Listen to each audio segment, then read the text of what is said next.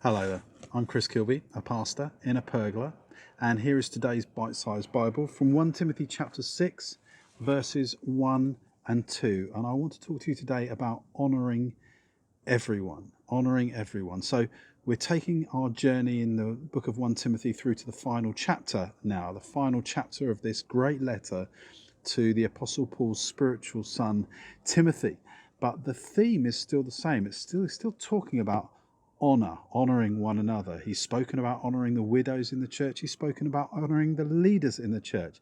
And now he gets to an interesting subject where he is talking about slaves and masters. Now, I want you to understand the context a little bit. You've got to remember, in the Roman world at this time, about a third of the population were slaves. So even the slaves had slaves. And so while slavery was and still is an anti-gospel horror, Paul is teaching here how we undermine and uproot such evils, which eventually Christians were at the heart of doing. Thankfully, it took an awfully long time, though. So let's read chapter 6, verses 1 and 2, and see what we want to say today.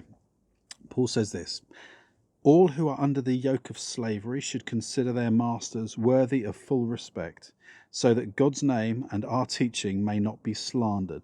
Those who have believing masters are not to show less respect for them because they are brothers. Instead, they are to serve them even better, because those who benefit from their service are believers and dear to them.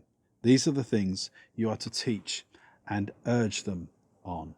So it's interesting here, even though slavery was so prevalent in Roman culture, Paul describes it here as a yoke.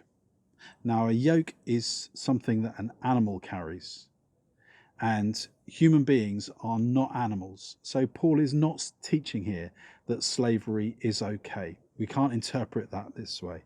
If we're to contextualize this into our culture, I think it would be more helpful for us to imagine employees and employers, because that's the context that we live in. And this is a passage about honour, remember.